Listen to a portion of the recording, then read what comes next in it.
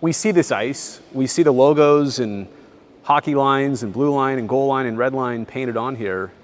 But how does all this work? What are the layers actually under this ice? So the layers under the ice, so where the ice meets the floor, we have it's a concrete floor. That's where it starts. That's where it starts. We chill the concrete down. All this is a big refrigerator. That's all we're doing is it's one of your house refrigerators. We chill the concrete down and we put a very, very thin layer of ice on top of that. And then we paint that white. That's why we get the white. You can paint ice. I don't think people realize that. We paint ice, yes. All the white it comes in a big box. It is white powder. Really? Yes. Spray it on? And we dilute it down with water and spray it down on the ice. We will do 2 to 3 coats depending on how well it goes down. Once the white's in, we then put a layer of ice on top of that just to seal that in. And then the fun times start. We paint the circles, we paint the goal crease, we paint the blue line, we paint the red line, we paint the hash marks. But everything else is a decal. It depends on how expensive you want to go. Well, hand painting doesn't seem easy. Probably not cheap, probably not easy either. There's pros and cons to both.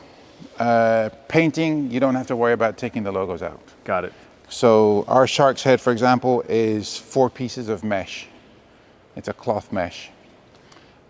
Goes in really easy.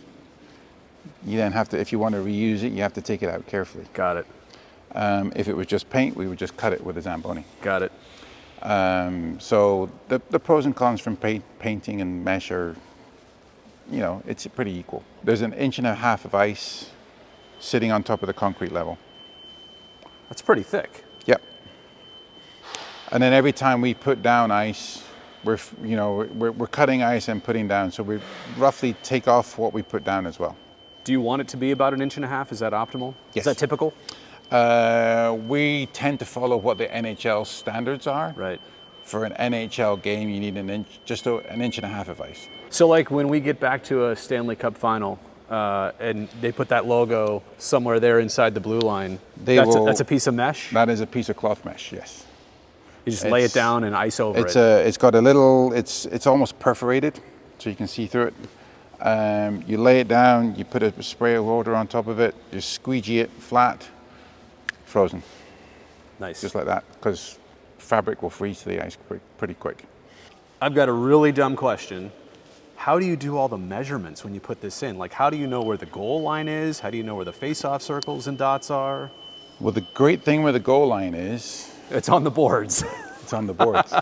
Dumb question. And you know what? So is the blue line, so is the red line. Okay, wait a second, though. So how do you get those face-off dots there? How do you know exactly where those go? We have a sheet that tells us where all the measurements go. So what we would do is measure off the board. I can't remember what it is off the top of my head. And then we would do 4 dots off the board. We would then run a string all the way down. Really? Yeah. That's kind of like what they do in baseball, I think. Yeah, yeah. Figuring and then for doing the goal line, we run a chalk line as well. We snap it onto the ice, and we just follow that for painting it. Got it. So after you paint it, there's more layers of ice that go on top of it. Lots more layers. So we've painted it white.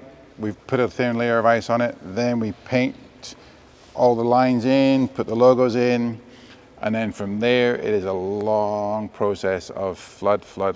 We've got a 10-foot spray boom, and we just walk up and down, spraying that every time it freezes.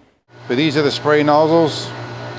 We just connect these up to the hose, sprays that water or white paint, and that's how we do it. So when we're doing all the layers, we just use, this can connect to hot water, to the cold water. We can bypass this, and all we're doing is using cold water for spraying. But you don't do it how I water my lawn. You just throw a bunch of water on it. It's very strategic spraying, right? It's very, you want to do it thin layers at a time. Okay. First, and you also want to do it an interlocking layer. So one pass will be up and down. The next pass will be cross. Got it. And you alternate crisscross up and down, because that way you get a better bond with the ice surface. You want to have a good, nice, hard surface. Because if we're taking this out as we're using the blades on the machine, because the blades are hitting hard water, they dull quicker. Seems to me like you don't want to take out this ice too often if you don't have to. Right? Unless there's a problem, like you just want it to be good. Unless there's a problem, yes. Yeah. The problem is with being in California, we get really warm days. So you have to do it. So it's not a case of have to. Paint can move around. It's a warm surface. Got it. So paint will move to the surface because we're also putting warm water down on top of it, especially on TexU. It will bring stuff to the warm water will bring stuff to the surface. Got it. If we can get away with not having to take too much ice out, that would be great. It's a long process. In saying that though, we can take a rink out in just over 8 hours. And when the ice goes back in at the tank, for example, this fall or before that, how long does that take to actually put back in? If we're doing it in a nice, orderly fashion, about a week. The best way to do it is you would like to have the ice surface completely frozen, let it harden, then do the next flood. Right. Take your time if you could. Take your time. Yeah. If you can, take your time. But we don't always get time.